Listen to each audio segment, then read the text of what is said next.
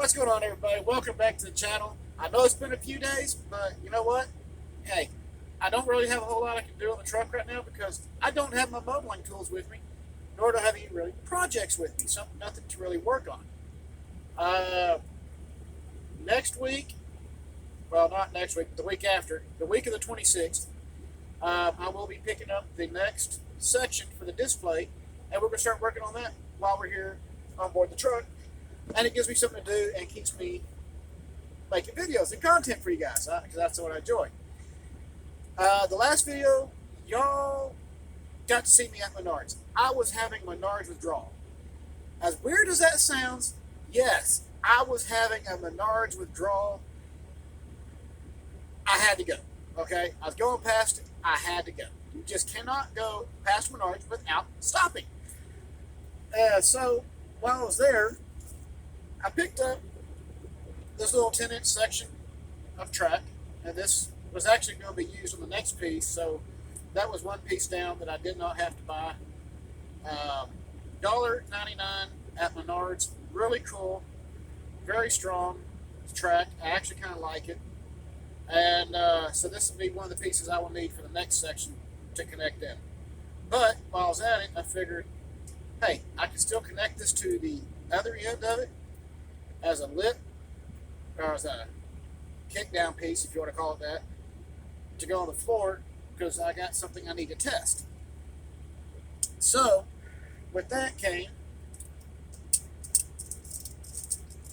a couple of pieces of Menards 096 scale, or 096 curves.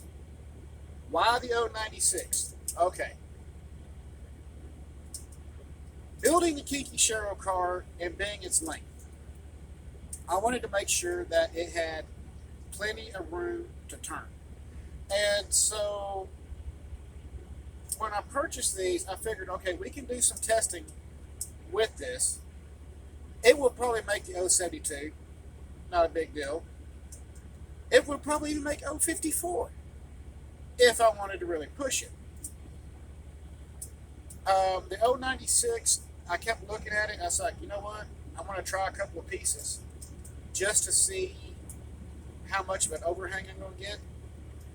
Because I'm not real big on a big overhang. I like my stuff to look prototypical, if you will, a little bit rounded, you know, whatever. I can deal with some overhang.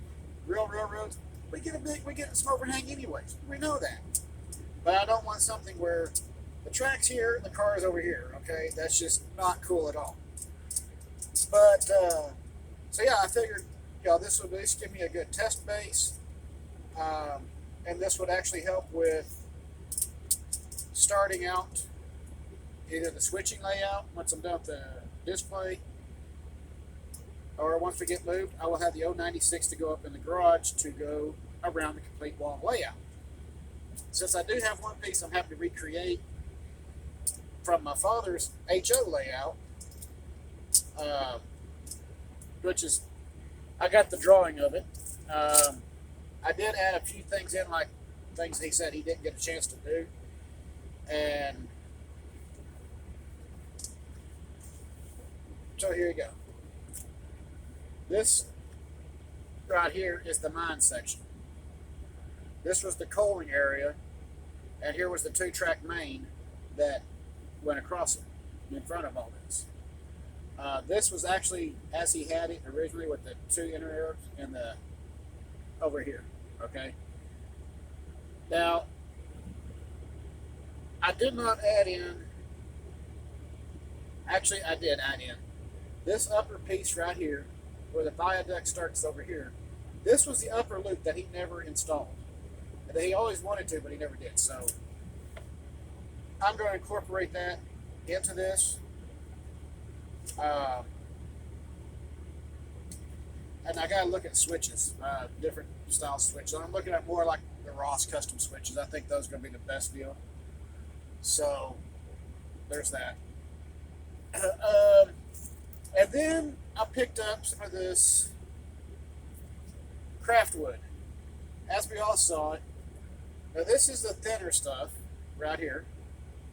Okay, let me see if I can get those separated right there for you. A little bit thinner, 4 sheets. This is the 1/16 3" by 24. So there's going to be plenty right here to make my sidewalls. The reason I went thinner is because I got to cut windows out. I think it'll be okay as far as sidewalls because the roof and the end caps are going to wind up like strengthening everything. Plus, I'm going to have a few little pieces in here going on the inside to help strengthen everything up on the top side and bottom side because the roof will be made to come off. So yes, that was really cool. Not very expensive. This one right here is 1/8 by 3 by 24 basswood panel. It's a 2-pack. Right there, that's pretty good size. I figured this would make good for the base of the car and the roof. So that's where I said I didn't really want to go too much because this and this. Of course, this is not the actual height of the car, but you know, between this and the leftover pieces that I will have from here will be, because I got to cut this down to a 1/2 inch all the way across on both pieces, and I'll have to cut it down to the length of the car that I have now, and then do all the windows. But this will make a good base, and then once I do the extra lining on the inside on the walls of this for the roof and do its shaping, the body will pretty much be ready for paint other than what I'm going to do to strengthen it. I did look at some brass covering to go on it. I'm not really too sure I want to do that yet. I may go a different route. And what I mean by a different route would be probably using a fiberglass epoxy or resin, if you want to call it that, and put it on here and lay it out and allow everything to soak in and dry up so that it encases the body of it and makes the body strong, and then sand it smooth, make sure everything's nice and smooth like it's supposed to be. So there's that. This will be the start for the next Kinky Cheryl car.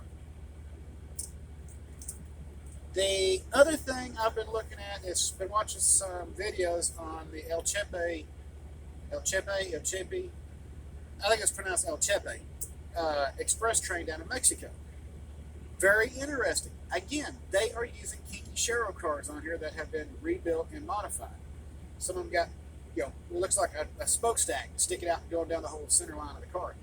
And it's really not. It's their air conditioning system. So was something new. Some of these cars have been rebuilt to be theater cars. That's interesting. I haven't thought about doing that with a Kinky Cheryl car, but we will see as time progresses and the more cars I build. I also noticed a Vistadome car. I'm having a hard time distinguishing on that Vistadome car. In one video, the guy says it's an XNYC Vistadome that has been rebuilt. In another video, it looks like there's one that looks like the same car, but it's not. The Vistadome's not like bubbled at the ends. It's more squared. And the body looks more like a Kinky Cheryl. So I don't know if that was an in-house rebuild or what. But I'm interested in it. I want to find out. So yes, there's lots of things going to be happening this year and over the next several months. We're just going to keep plugging away at this and getting these projects done. Now the display, diorama, whatever you want to call it, more than likely after it's done, it will be going up for sale.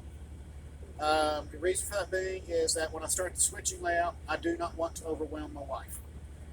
My wife is okay with trains, and she likes the idea of me modeling. She likes the idea of me making a lot of my own stuff because she knows I like to do that.